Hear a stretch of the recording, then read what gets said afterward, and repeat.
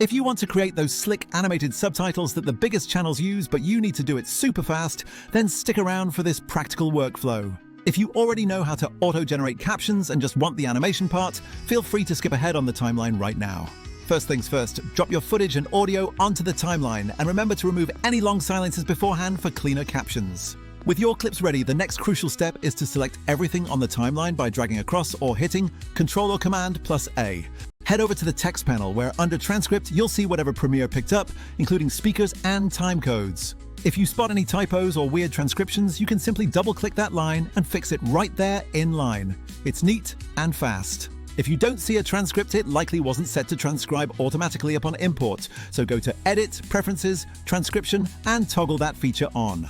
Now for the captions. With all clips still selected, hit that little CC button to create captions for the sequence. Open the caption preferences and set your personal quick settings, like max characters per line around 20 and minimum duration of 1.2 seconds, usually opting for single line captions. Click Create Captions and Premiere will instantly spit out a full subtitle track for everything. These captions are functional, but they are definitely kind of boring, so select all the subtitle blocks to open the Essential Graphics panel. This is where you design the look. Choose a clean font, set a visible size, I often start around 64 for 1080p, and center the text. Keep the fill white, add a thin black stroke to maintain readability on any background, and then add a soft shadow effect. For the shadow settings, reduce the blur to 0 for a crisp edge, and tweak the distance to keep it subtle so it pops without screaming. But we don't want static text, we want motion, so go to Graphics and select Upgrade Caption to Graphic to get full animation control over the layers. Select the first graphic layer, go to Effect Controls, and we will animate the scale for a satisfying little entrance pop. Move forward about 4 to 6 frames, click the scale stopwatch to set a keyframe, and then go back to the start to set a keyframe with a scale slightly smaller than normal, perhaps 95%.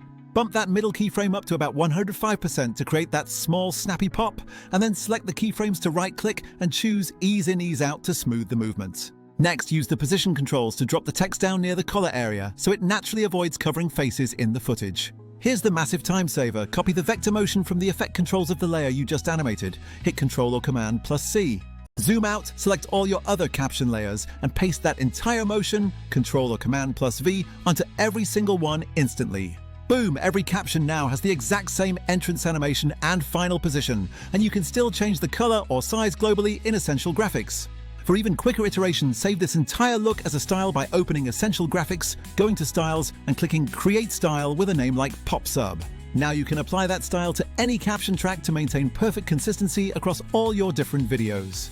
You can even export your text styles to import them into other projects or share them easily with teammates when collaborating. Now for the part where we talk about making this workflow even faster for high-volume content creation, acknowledging that manual work can still be a time sink. That's where AI-first tools like Vizard really come into play for massive time savings, as their auto-editing can scan long podcasts or live streams to find high-engagement moments automatically. Vizard will then spit out short, virality-trimmed clips, which you can import directly into Premiere to apply the custom animated captions we just built. This hybrid approach saves hours. Vizard handles the content discovery and trimming, and Premiere makes those clips look premium with custom polish. Vizard isn't just a clip finder, it also has auto schedule and a content calendar to queue and post your clips across platforms based on your cadence settings. Vizard bundles the discovery and distribution that other niche tools often separate, making it great when you don't want to think about timing. That said, Vizard isn't a perfect replacement for Premiere. If you demand pixel-level control over easing or perfect face-safe positioning, Premiere still wins that battle. My final recommended workflow is to run the long footage through Vizard for high-potential clips, import the best ones into Premiere, apply the style, animate, and export for the best of both worlds. As a couple of quick pro tips, always keep your caption length short for social media, because smaller chunks read faster and land much better on mobile devices. Use those contrasting strokes or semi-transparent boxes only when needed, because sometimes a simple thin stroke looks significantly cleaner overall. If your captions ever overlap a person's face, nudge them down slightly and maintain a consistent margin from the bottom so every clip looks cohesive and professional. If you want, I can make a downloadable Premiere preset with the exact font, stroke, shadow, and animation so you can apply it in seconds to future projects. Also, tell me if you want a full tutorial showing exactly how to auto-export clips from Vizard and batch import them into Premiere smoothly. That's it. Fast animated captions without overcomplication. So like and subscribe if this helped you, and happy editing until the next time.